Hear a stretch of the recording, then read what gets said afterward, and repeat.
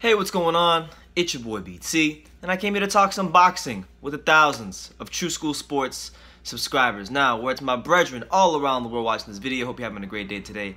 As you're tuning in, do yourself a damn favor and hit that subscribe button, and surely you will not be disappointed. Now, let's get into the boxing talk. Manny Pacquiao, my latest video on him.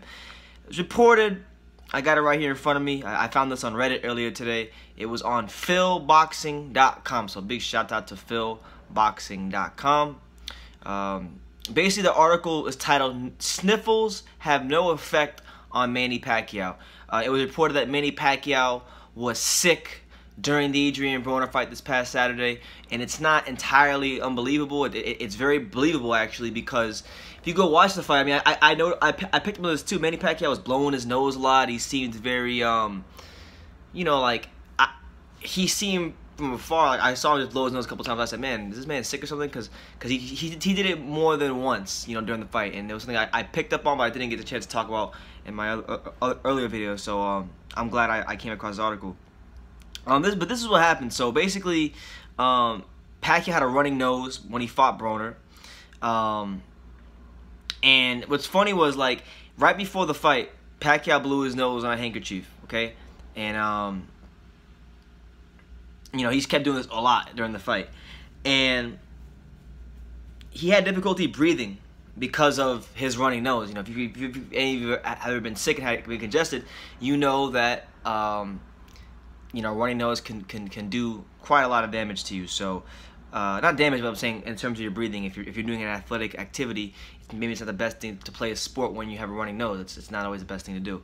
But anyway, interestingly enough, so there's a part of the article that I found pretty interesting. So I'm gonna read it to you, and I'll dissect from there. Here's what was said about Pacquiao's cold and actually treating the cold and going about the proper way for treating the cold. It says right here, perhaps an ordinary athlete would have felt the effects of a cold on the field of competition, but not Pacquiao. Strength and conditioning coach Justin Fortune checked with Dr. Margaret Goodman, president of VADA, about what Pacquiao could take for his cold, and was told to check the VADA website listing prohibited drugs or medicine.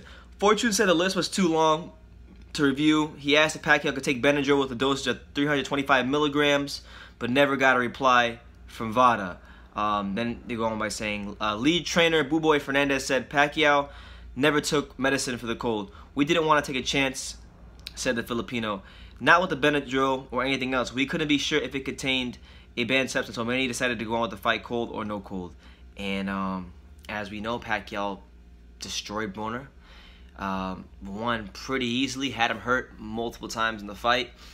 And, you know, it's funny. I'm making this video for a couple reasons, okay? Number one, the man fought with a cold, okay? So big shout out to Manny Pacquiao for fighting with a cold.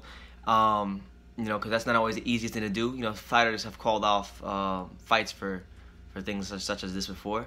So it's good to see that Manny Pacquiao got, you know, went in there, got the fight. And you know what's funny is, like, if he would have lost, you know, I'm sure Manny wouldn't have made any excuses.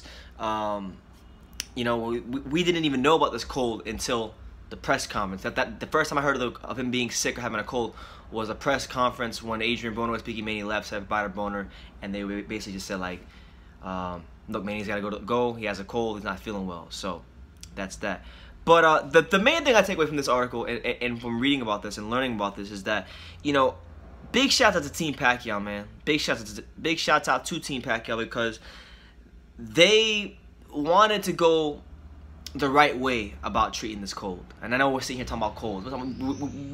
This is a boxing channel, we're talking about colds. But seriously, like, the man was sick. The man, you know, had a cold big enough to affect how he was feeling going into the fight, which can wear on you as a fighter. And they wanted him to take Benadryl. His trainer and his team went to the president, the person who runs VADA, the most stringent drug testing organization in all of boxing, and they wanted to go see if Benadryl was good, but they never got a response. So Manny decided to just put his big boy pants on and go fight Broner, and he did what he did there. You know what I'm saying? Manny Pacquiao on his Michael Jordan flu game type stuff. But yeah, just really good stuff from Pacquiao.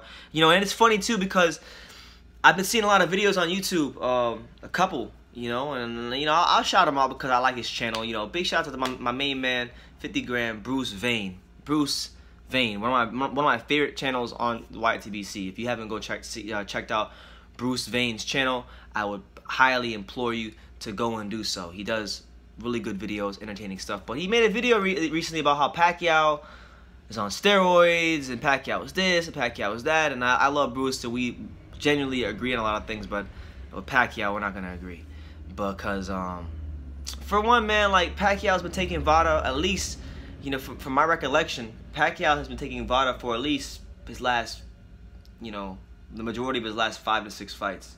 Taking VADA, the most stringent drug testing we have available to us in boxing. And then on top of that too, you know, when Floyd Mayweather demanded drug testing, you know, it was USADA.